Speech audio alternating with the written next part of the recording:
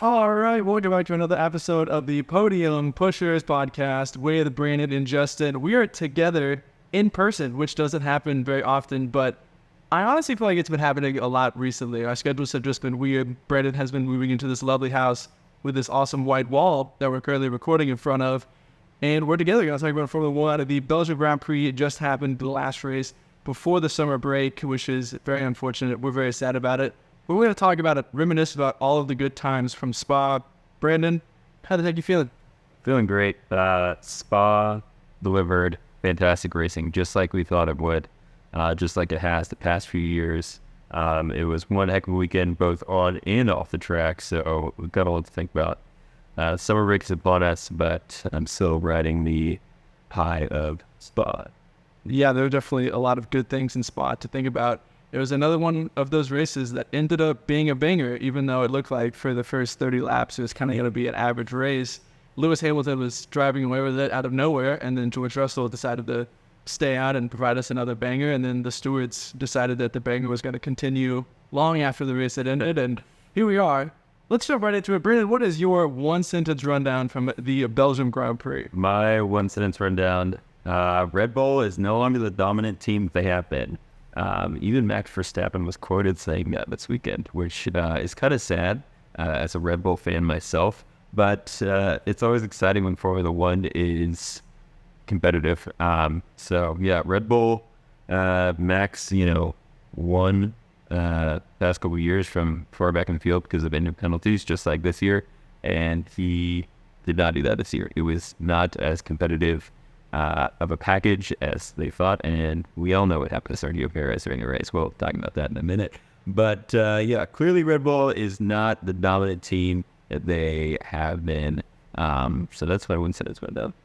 Yeah, I mean, after qualifying on Saturday, I was like, maybe Max Verstappen can win this dang race again because he looked quick on Saturday like he had in 2022 and 2023. He's just pulled out this massive gap in Q3 at qualifying, and then race day happened and the pace was really nowhere. I mean, after the start and Max was, right behind Lando around after the start, had gained a couple positions, I was like, maybe he is about to fly through the field, and then proceeded to not really make much progress after that at all. I mean, the finishing position looks a little bit better. He did get by Lando through Red Bull's good strategy and maybe another McLaren slide strategy blunder, and then the George Russell DSQ also elevates them a position.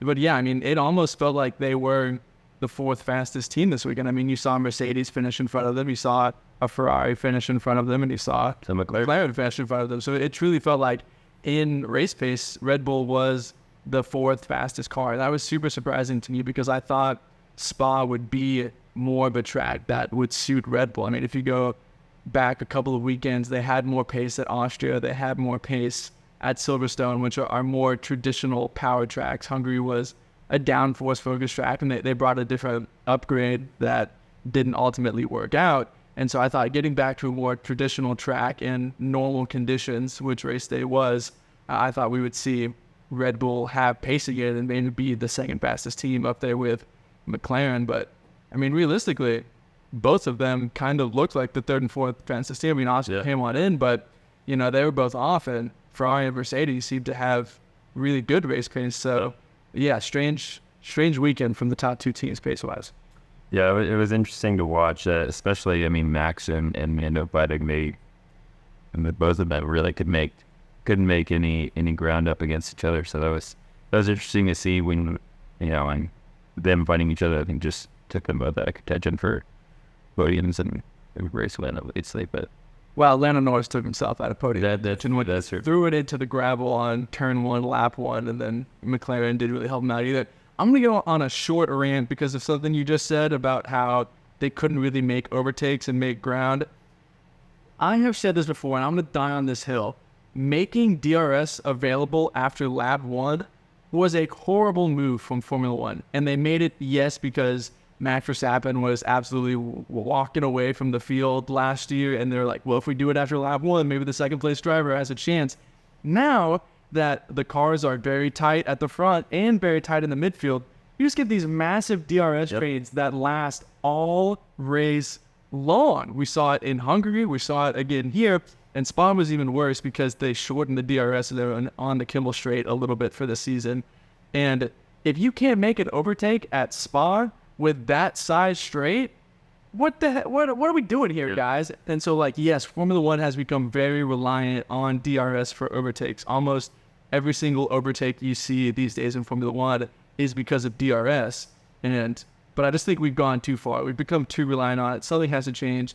And having these DRS trains start from lap 1 just has teams pitting really early to try and get into clean air, and then the other teams react. And what do you know? We just have a DRS train with cars in different orders now. And so I think that was a horrible move. I know DRS is going away in 2026, but I would like to see this rule go away for 2025 because I don't think it's good for the sport. Yeah, I mean, Max Verstappen, I think this was a couple weekends ago, he was even asked, like, what would you change about the car? And he said, make it more draggy and take away DRS. Or make it less draggy. Yeah, make it less draggy and take away DRS. But yeah, I think it's far too reliant on DRS for overtakes. I mean, you don't really see overtakes outside of braking zones on most tracks. So I think that would be at least change it back to what we had last year. Yeah, to make things more competitive, because Max Verstappen isn't developing a 7-second lead at pre-laps anymore. So But just tough to see. But hopefully they'll switch it back next year. If not, we do have 2026 to look forward to, even though who knows if that will completely ruin the cars being tight at the front, in which case I would rather have the one lap. It doesn't matter. That's not what we're talking about here. Back to Belgium. My one sentence rundown is that Lando Norris is not ready to compete for a title. And I think he just made that abundantly clear this weekend. He's kind of been making it clear over the past couple of weekends with McLaren having what many would believe to be the fastest car, if not the best overall package over most races. They show up being the team that is most consistently fast. And I just think that McLaren as a team have made mistakes as well. I don't want to put all the blame on Lando, but I just think he himself has left points on the table or has made these unforced errors. And we've seen that in his career when there's been chances to take a pole position. Lando Norris has made a mistake on his last lap in Q3 and maybe lost that pole. But it hasn't been a massive deal because McLaren haven't been competing for wins before right now. And the fact that the gaps in both championships are as big as they are right now is just astounding to me. Like, Max Verstappen expanded his championship lead again. Like, how is that possible when he had a grid penalty and Lando qualifying way up the grid compared to him, and Max's lead got bigger? And yes, the constructors fight is the closest it's been in a long time, but it's still probably like 30 or 40 points bigger than it should be with McLaren leaving all these cards on the table. And so I don't know. I just think, we saw another mistake from Lando Norris on lap 1, putting it into the grapple. And I really think that just ruined his race. I mean, he lost 3 or 4 positions, and that made McLaren try and do something different with the strategy just because of how much ground he had lost and how hard it was to overtake him. I just think that little mistake from Lando Norris completely unraveled his race. And so I just don't see him being ready to compete for a title at this moment with the amount of mistakes he's making and also the kind of mistakes that he's making. Yeah, I think it's interesting. You look back on moments, and I think at the end of the season, we'll be able to look back and say, what was the final nail to coffin that took Lando Norris out of the Drivers' Championship fight? And I think we may be able to look back at that moment and say, that was, it probably wasn't going to happen before that, but that was the thing that absolutely just made it impossible. And I mean, I think the gap's 77 points still. The 78. 78 points, yeah. Which is, I mean, that's 3 race wins and 3 fastest lap points. So that's a pretty big gap to overcome in just 10 races.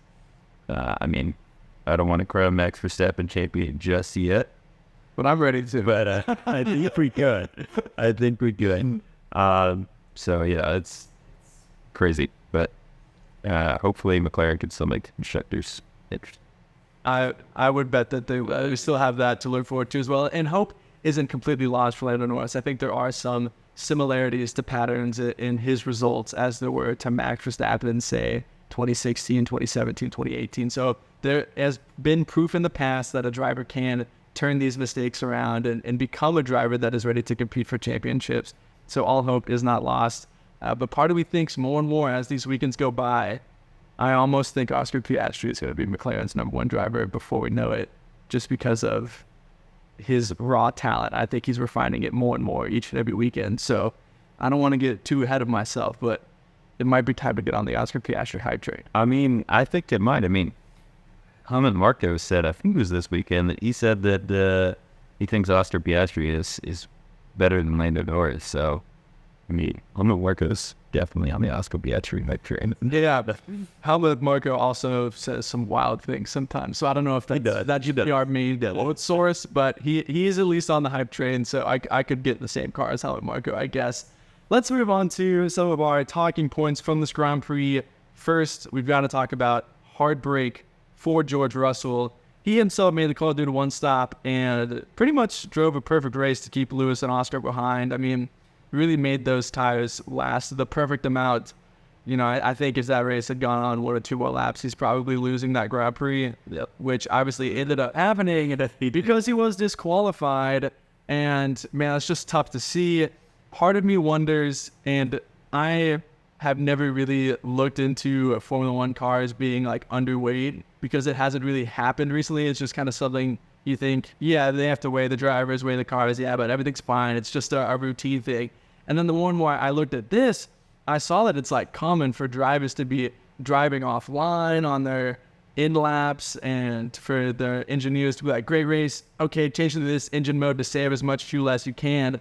Spa, because it's so long, doesn't have an in lap. You just turn it around and they go backwards down the pit lane. And so part of me wonders if George only having one stop, having extra tire wear, and having no time to pick up rubber or save fuel, if this was just a really unfortunate, really unlucky disqualification that wasn't necessarily anyone at fault. I mean, I fully believe that George Russell went into this race and won that race having no idea that his car was in a legal state, and I don't think there's anything to point to him knowing that, and especially his celebration afterwards of pure elation and joy, I think just for sure shows that he didn't know about it. But yeah, I mean, just heartbreaking to see. What are your thoughts on George Russell's disqualification? Yeah, I mean, I think it's just got to be kind of the conditions of the race and the track and not being able to pick up rubber. And I mean, I know he was also fighting really hard with the car to keep Lotus behind, keep Oscar behind, that kind of thing. So that also makes you think maybe he was using more fuel than he intended to in that latter stages of the race. And I think it's just really unlucky, really unfortunate. I don't think you can blame him or blame anybody at the team. I mean, also those tires were more worn than any of the other tires, so they were probably going into the race expecting to do a 2-stop. Yeah, and for sure. When they come back, it's car was what, 2.5 kilograms lighter weight? 1.5 kilograms. Yeah, and if they sort of all them out. Yeah, if they put a fresh set of tires on that car and ran for like 15 laps instead of 30 or whatever it was, it's possible you get a kilogram and a half more rubber out of the tire. Yeah, so super unlucky for George for sure. Here's another thing I want to say about this, and I guess here's another mini rant from Justin to this episode. But immediately you get people online being like, "Oh, of course, Mercedes would favor George to get this strategy." No shot. One, George made the call, and the team 4 times asked him, like, "Are you sure you're happy to stay out?" And he's like, "Yes." Okay, so it's George's call. 2, they said after the race, as a team, that it got to a point when they were like, he's 5th if he pits, he's 5th if he stays out. Might as well keep him out and see what happens. So instead of having a 1-5, maybe we get a 1-2, a 1-3, something like that. Yep. And 3, they thought Lewis was going to pass him. I mean, they told Lewis himself that it's going to be close, but he should probably get him. Yeah. And so I think in no way did Mercedes try and sabotage Lewis in this. And I've said it before, and I'll say it again. Anytime somebody brings up the sabotaging thing, it makes no sense for a Formula One team to purposefully score less points than they were otherwise going to score. So no, Mercedes did not sabotage Lewis Hamilton at the Belgian Grand Prix. Yeah, definitely not. And I mean, Lewis, he drove a great race. I mean, he was running away with the race before Out of nowhere. Yeah. No pace out of that car on Friday practice. I was like, race sim, Mercedes are out of it. And out of nowhere on Sunday, Lewis is just controlling it. Yeah. Yeah. And I mean, I think that just shows how much confidence the Silver Sim win has kind of reinstilled in Lewis. And I mean, he's still that driver. Still that same driver who's won, 7 World Championships and 105 races now. Crazy. Yeah. Let's talk about a driver who might be sabotaging himself. Sergio Perez. How is that man still employed by Red Bull? Obviously, we went into the summer break wondering what would happen. It has now been semi-confirmed that he is still going to be a Red Bull driver. That is not full confirmation. Who knows what is going to happen with Sergio Perez until I see him show up to Zandvoort and get behind the wheel of the RB20. I'm not super convinced about it because there's no shot that Red Bull are going to win the Constructors' Championship with Sergio Perez behind the wheel. I mean, P2 to P8 is just brutal. He had no pace, no racecraft. He held up Max at some point and made him lose the position to George in that pit stop cycle before it became apparent George was going to do the one stop.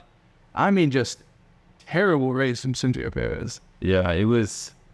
Yeah, I mean, just a masterclass at that fly down the field. I mean, disaster class, more like it. Disaster class. I like that. Yeah, that's good. Max gained 6 positions. Sergio lost 6 positions in the race. So, it was what, net even? I guess so. So that's crazy. But yeah, I mean, and there's just so much talk about who could be replacing him, and I think something's still up, and I think it's possible. We get out in Zandvoort, maybe Sergio's still behind the wheel, and then bends it in Q1, or Christian's like, all right, that's it. Yeah, fair chance. I mean, I don't know what Sergio did to convince them this weekend that he was still the guy to go with. And maybe it has more to do with logistics of bringing in a different driver like Daniel Ricciardo or Liam Lawson. Maybe they're waiting for that test in Imola later this week, maybe, to see what the times are like. But I don't know. There's just a lot going on. A lot of stuff that happened that made me believe that was not the announcement we were going to see. Yeah, so for sure. There was the conversation between Daniel, Christian, and the RB team principal. So who knows? Daniel Ricciardo seemed to be in a very good mood over the course of the Belgian Grand Prix. So I'm not super convinced that this is the end of the story. Maybe I simply am reading too far into it, which is completely possible. But a lot of people reading too far into it. Yeah, for sure. So I don't think this is the end of the will Sergio Perez lose his seat saga at all. And of course, Christian also said till the end of the season, not saying for the next 2.5 years of his contract. So I don't think Sergio Perez's seat is safe for an extended period in any way. Who is your podium pusher of the weekend this time? My podium pusher of the weekend, and I've got to go with George Russell. I mean, I think this was by far the best drive of his career. And it really, like we just talked about, really unfortunate to see him have that heartbreaking disqualification. Just like in Sakir, probably also one of his best drives of his career. Ended in heartbreak. But, it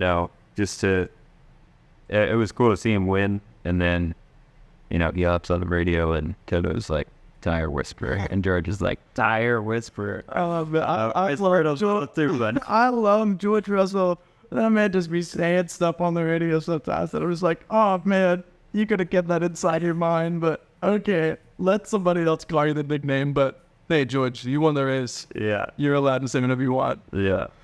But I mean, yeah, it was a really brave call. Obviously it didn't end up working out for him, but the way he drove during the race was fantastic, and I think more than deserving of my podium pusher of the weekend nomination. So shout out to George Russell, even though he ended up baby spoke.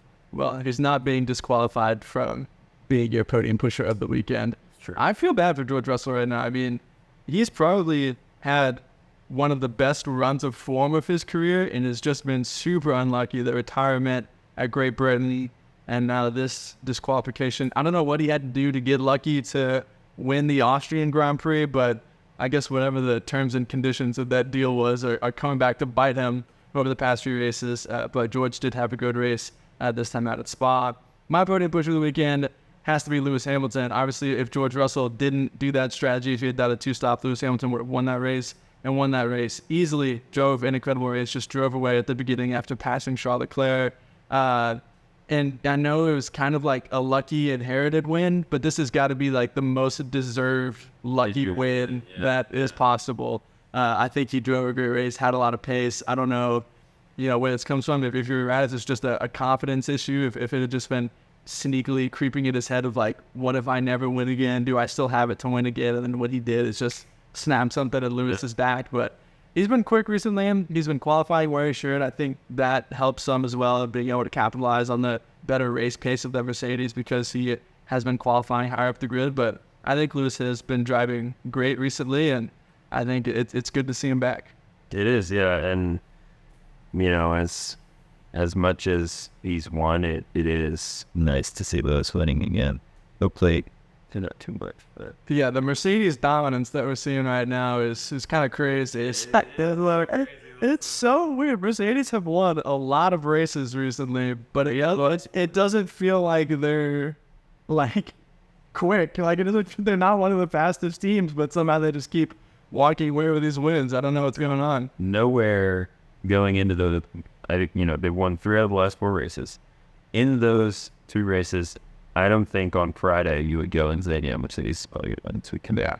And then they do. And it's, that's the beauty of competitive Formula 1. Yeah. Which is awesome. I think it also speaks to just how well Mercedes operates operationally. Like if you compare them to Mercedes on what's going on internally on a Saturday and a Sunday, Mercedes are just better and more professional and more equipped to perform well in those moments just because they've been there before and they've done that for years and years. So good to see Mercedes succeeding again, and I think they're succeeding at just the right level to keep us happy and joyful that they're doing well again. Brandon, who is your backmarker of the weekend? My backmarker of the weekend, I've got to go with Logan Sargent. His helmet looks so cool with American flag on it. And that's all I gotta say about his race. It just kind of sad, tough weekend for him. He didn't have much pace all weekend long. He only ended up beating 1 car on merit in the race. Joe won, he did also retire, so technically George Russell was disqualified. Technically he beat 3 cars, but 2 of them weren't part of the race. So it was just unfortunate. And, today it was confirmed that Carlos Sainz will be driving for Williams in 2025 and beyond, which officially means that Logan Sargent is out of his seat for Williams and next year and also beyond. But that was expected. I feel Logan's had a good career of Formula 1, and I'm very happy that you and I got to witness his only point so far in his career in Austin last year. So that was cool. We didn't witness the point. We were already in the car driving home when it got announced, but we saw the race in which he scored his point. We did. And it was a good race, a great race. Yeah, from Logan Sargent, maybe one of his best ones in Formula 1. I'm sure he'll find a seat in another series. Yes, we can dog on Logan Sargent all we want for being one of the worst drivers in Formula 1 over the past 2 seasons. That doesn't mean he's a bad driver. He's still got not at all. I think it's really easy for us online commentators to just dog on him, but he is still one of the best drivers in the world. He will find a home somewhere. There have been a lot of rumors about him coming over and racing an IndyCar, which I think is great. I think he would be great for the American audience that IndyCar mainly caters to.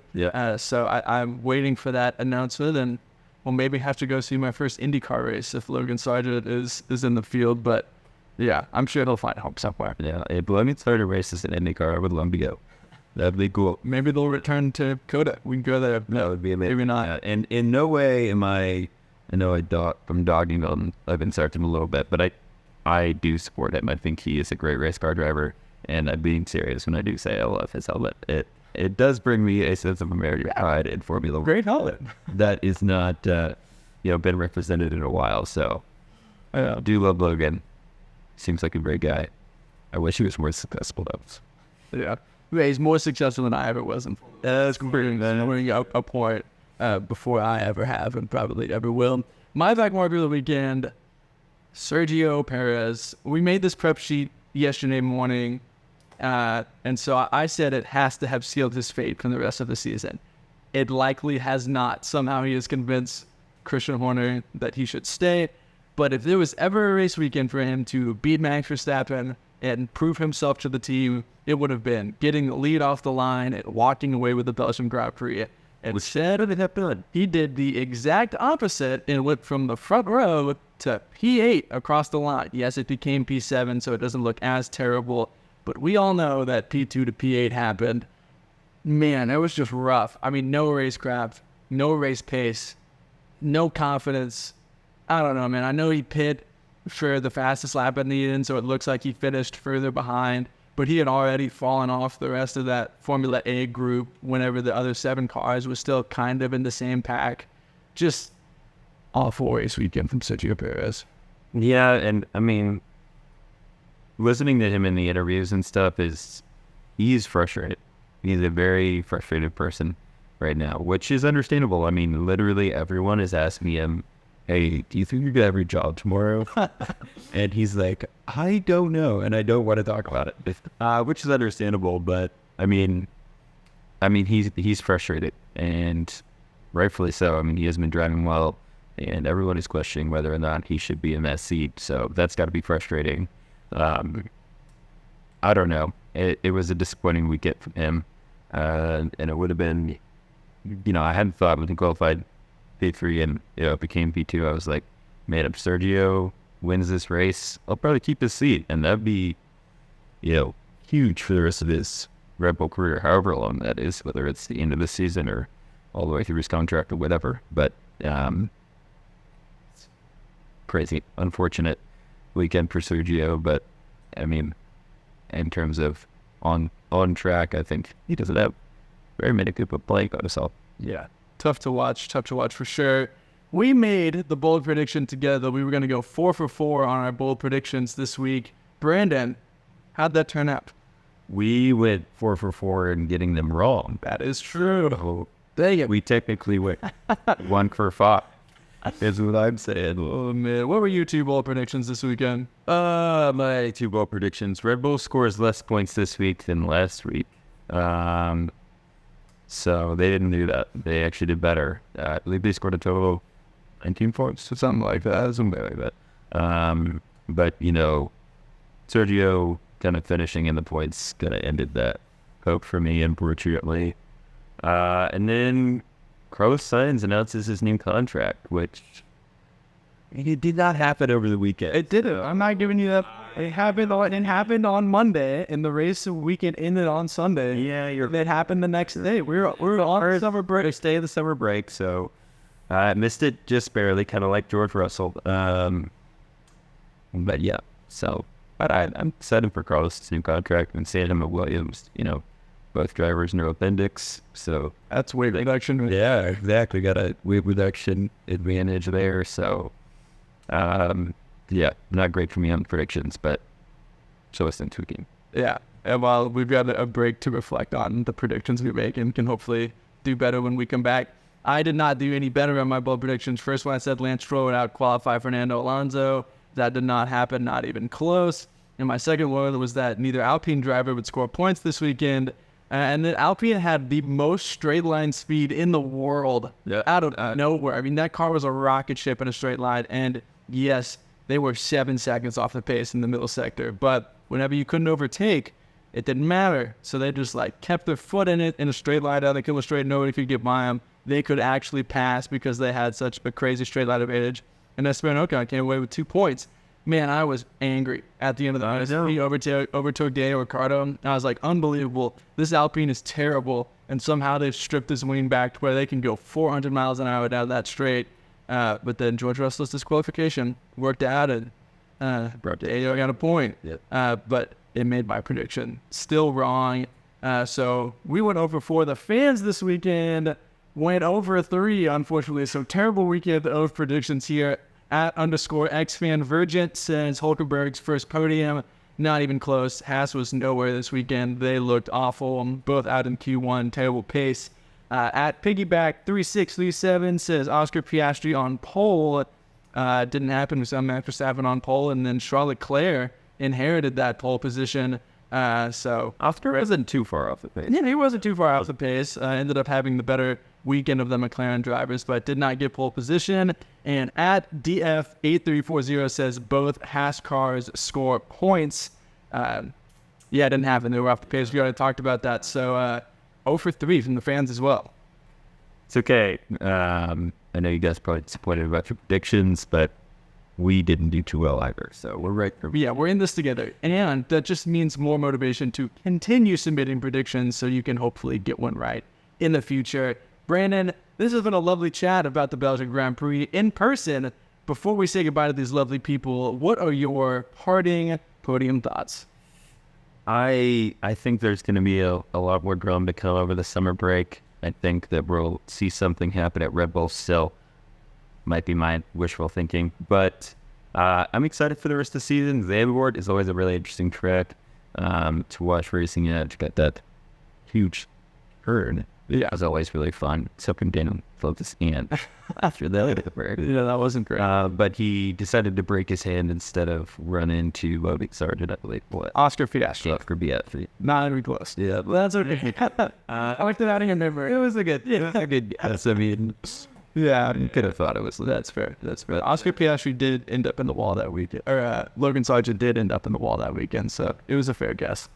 But anyway, yeah, I'm excited for that. Excited for the rest of the season. Excited to go to Austin. There it is. You know it's coming. Yeah. But yeah, it's gonna be a great rest of the season. I'm excited to see what happens, especially in this Constructors Championship. Got a lot more come there, and a lot more content from us. We've been rolling out a lot of content, and it's been really fun making these podcasts. And I'm excited to. Yep, we're not going anywhere over the summer break. We will have a lot of different content to talk about over the break. I'm excited for the Dutch Grand Prix as well. Could be the first time Max Verstappen doesn't win his home Grand Prix since it has returned to the calendar, or he's going to be racing with the entire orange army behind him, and anytime Lando Norris gets close, he's going to get hit in the head with like 4 orange flares from the Turn 1 grandstand, and Max Verstappen will still drive away and win. We'll have to see what happens.